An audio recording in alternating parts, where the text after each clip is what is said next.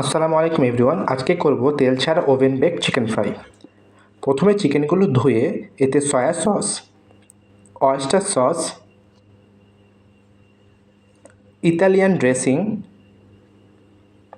Vinegar,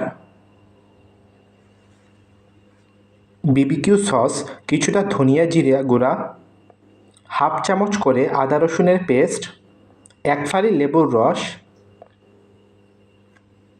লবণ, অল্প করে গোলমরিচের গুঁড়া, last but not the least chilli sauce এবং রেড চিলি পাউডার দিয়ে ম্যারিনেট করে 1 ঘন্টার জন্য রেখে দেব।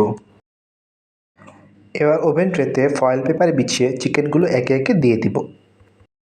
এরপর ওভেনে 160 ডিগ্রি টেম্পারেচারে 45 মিনিটের জন্য বেক করে নেব।